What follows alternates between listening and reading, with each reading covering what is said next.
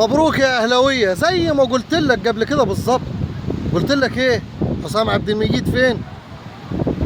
خلاص، حسام عبد المجيد اهلاوي بنسبه تريليون المية، بنسبه تريليون المية. انا قلت لك كمشجع زملكاوي، قلت لك ما تستناش حاجه من مجلس الاداره ده.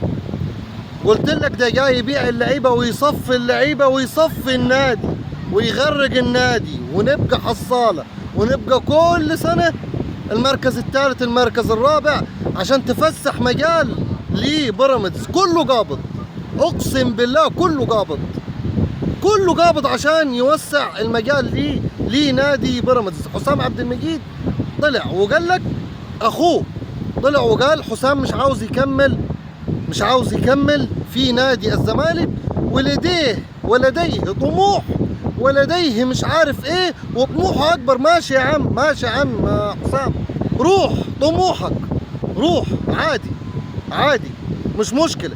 ما انت اصلا كده بيدوك 2 مليون جنيه في السنة، ومفيش يعني مدافع بقيمة حسام عبد المجيد يتعامل المعاملة دي. اكيد النادي الاهلي عرض عليه اكتر. النادي الاهلي فلوس وعز وسطوة، واي لاعب يتمنى يروح للنادي الاهلي. انا قلت لك مرارا وتكرارا ان اللعيبه بتاعت مصر تتمنى تعدي من تحت سور النادي الاهلي او من جنب سور النادي الاهلي. طلعت وقلت لي اسكت يا متزملك، اسكت يا اللي انت مش فاهم حاجه، اسكت يا اللي مش عارف ايه. شفت ازاي؟ واحده بيبيعوا اللعيبه. طيب هم جابوا لك لعيبه لحد دلوقتي؟ مش هيجيبوا. حتى لو جابوا لك هيجيبوا لك لعيبه درجه ثانيه، هينزلوا تحت هيشوفوا المنصوره وهيشوفوا بنها وهيشوفوا ده، عشان ما فيش فلوس. بمعنى اصح في فلوس بس مش هيصرفوها على النادي. زي ما ودوا زيزو مجاني للنادي الاهلي، هيودوا حسام عبد المجيد برضه مجاني للنادي الاهلي.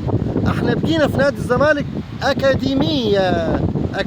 اللاعب اللي ينجح واللاعب اللي يتألق يروح للنادي الاهلي، عشان النادي الاهلي دايما على منصات التتويج، ودايما في كاس العالم للانديه، ودايما بياخد دوري ابطال افريقيا.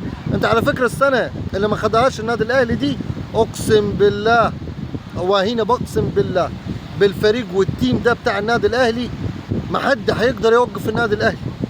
اسمع مني، اسمع من اخوك، عشان كلامي بيطلع صح بعد كده. مليون مبروك يا اهلاويه، وما تزعلوش يا زملكاويه اللي انتوا كنتوا دايما بتنقضوا فيا. مليون مبروك حسام عبد المجيد في النادي الاهلي بنسبه تريليون في المية. ابعتها له.